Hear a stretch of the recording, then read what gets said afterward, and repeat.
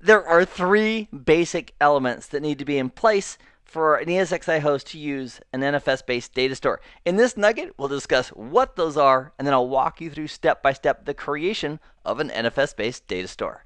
Let's begin. Very similar to the benefits of an iSCSI network-based data store, we could also choose the option of using an NFS-based data store. And here's the ingredients for making it work. First of all, we need to have an NFS share on the network that we can use. So in our lab environment, the iSCSI target that we used in a previous nugget and the NFS share are both being provided basically by this device right here, this Windows 2016 server. So what's happening is it's got another interface on the 10.11 network. It's .111. And it's providing those iSCSI and NFS resources that the ESXi hosts are going to be able to access. So we've got the NFS share. It's being shared as /NFS. We've got our storage network in place. It's the 10.11 network.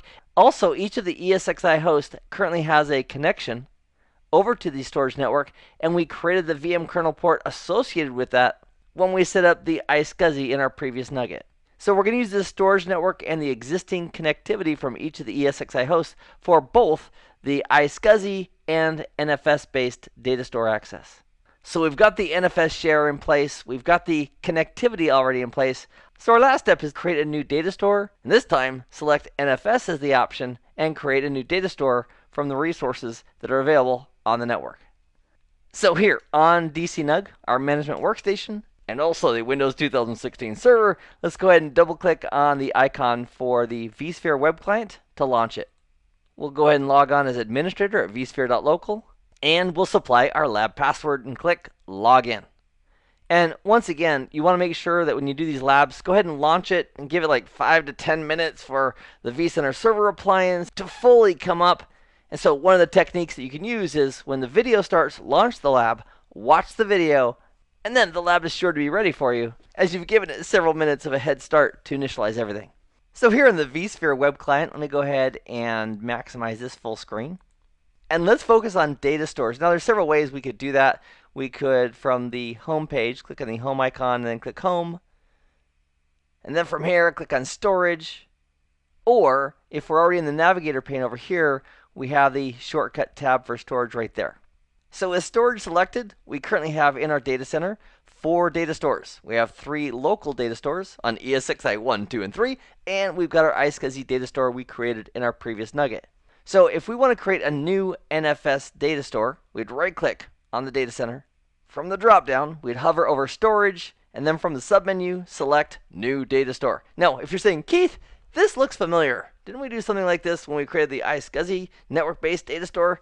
And the answer is yes, this part right here is identical. So we'll click on New Data Store. It's going to go in our Las Vegas data center, so we'll click Next. And here on the type of data store is where the differences come in. Instead of making a VMFS data store, like we did on an iSCSI target, instead we are going to leverage an existing NFS share, and so we're going to click on the NFS radio button. So with that selected, we'll go ahead and click on Next. And now we have a choice regarding the NFS version. So we have NFS version 3 and NFS version 4.1. So if you're a storage appliance or NAS device, providing the NFS share only supports NFS 3, that would be the way to go. If it supports NFS 4.1, that would be the way to go. And one of the questions might be, what's the big benefit over NFS 4.1? And there are a few. Number one, it's stateful in nature. It has better authentication, can leverage Kerberos. And it also supports something called server-side locking for control, especially in a shared network environment where multiple devices, like multiple ESXi hosts, are all working with that same data store. However, if your NFS share that's already out there doesn't support 4.1, you're going to have to use 3. And this yellow triangle right here, this warning, is worth a note. And that's this. If we do have an NFS share on the network that does support both 3 and 4.1, we need to pick one and have all of our ESXi hosts use that flavor.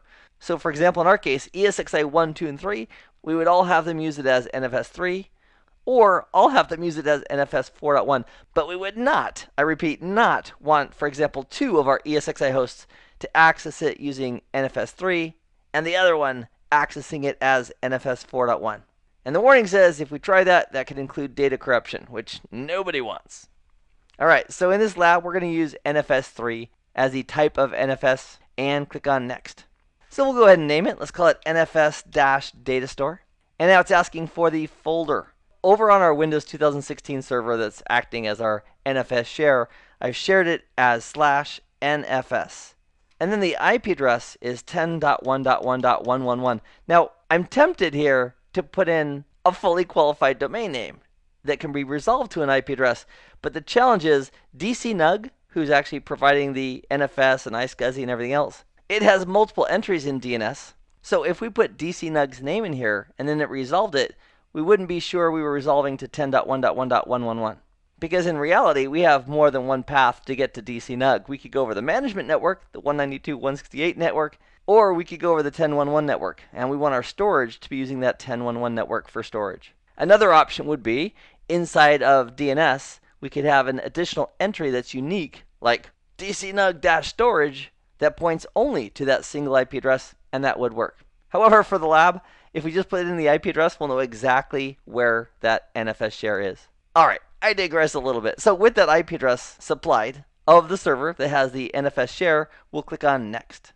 And it's asking us to choose which of these hosts we want to provide access to that NFS share for the benefit of using a data store on that share. So we can go ahead and select just one of them, or we can select more of them. And the top checkbox can basically enable and disable all of them in one fell swoop. So we're going to provide access to this NFS share as a data store to all three of our ESXi hosts. So we'll click on Next.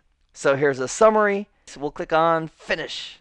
And we have a nasty gram saying, Wow, look at that. So recent tasks, it failed for all three of those ESXi hosts trying to access that NFS share. All right. So it says there's a problem. Also, what it did, it put that wizard that we are currently doing up here in the top right. So if we click on Work in Progress, we have New Data Store. We can expand that. So it's basically indicating here that it didn't complete and there's a problem. And one of the cool things about this Work in Progress area is that if we're right in the middle of something, let's back up a few steps here. Let's say we're right in the middle of something and we need to come back to it later. We can go ahead and click these upper two right arrows, which will minimize this window and let us come back to it later. So let me go ahead and minimize that. We'll come back to that in a moment. Let's go check out the NFS share and make sure it's all set up correctly. So I'm going to hit F11 to go ahead and go out of full screen mode. And I'm going to launch Server Manager, this icon here in the taskbar for the Windows 2016 server, providing the NFS. We'll give that a moment to initialize. And then over here on the left-hand side of Server Manager, let's go ahead and click on File and Storage Services right here. And let's click on Shares. So here we have our NFS share. So it is being shared. And if we right-click on that and select Properties, here under Remote Path, it's on DC-NUG, and it's /NFS. So we got that correct. In the literal file system, it's on the N drive with a folder called NFS that's being shared. And if we click on Authentication, and let's do this. In the interest of getting this to just function, I'm going to go ahead and turn off the Kerberos 5, which would only be available with the 4.x flavor of NFS. And then for the no server authentication option, let's go ahead and click on the radio button for Allow Unmapped User Access by UID, GID, and click on Apply. And let's see if that makes a difference regarding that share. We can also manage that same information on this server by going into the file system with File Explorer, going to that share, right-clicking, and going to Properties, and the NFS sharing properties specifically of that folder. All right, so with those changes, let's go back to our vSphere web client. So here on the vSphere web client, let's go ahead and go back to our Work in Progress and click on New Data Store. And let me bring that up a little bit so we can read it. I'm also going to bring this full screen so we can see a little bit more. And let's click on Next, and Next, and Next, and Finish. And let's see if we have better success. So down here under Recent Tasks, if we expand that, that looks way better. So the tasks have been completed. All three ESXi hosts have now mounted that NFS share and can use it as an NFS data store. So let's go ahead and minimize recent tasks back down. And now if we click on NFS Data Store, and where we are in this interface is under the navigator with the storage tab selected. And then in the Las Vegas Data Center, we've selected NFS Data Store. And just as a warm fuzzy to make sure this is really working, let's go ahead and use the Upload File icon right here. That'll allow us to upload a file to this data store. So we'll click on the Upload a File to the Data Store icon. And on our local computer here, on our management computer, we have in the Downloads folder a couple files. One is the PuTTY installer. Let's just go ahead and move that one over for fun. So we'll go ahead and double click on the PuTTY installer, and it copied it over. Also, while we're here, focused on the NFS Datastore, if we click on Hosts, the Host tab up here, it'll currently show us the ESXi hosts which are currently connected to that Datastore. Also, if we go to the Summary tab for that NFS Datastore, and we expand this Details pane right here, it shows us the type of NFS that we're using for this Datastore, showing us the server, it's showing us the shared folder, the mount, it's showing us the share, it's also showing us that we have 3 hosts, the 3 that we just looked at, that are currently connected to and can work with that Datastore.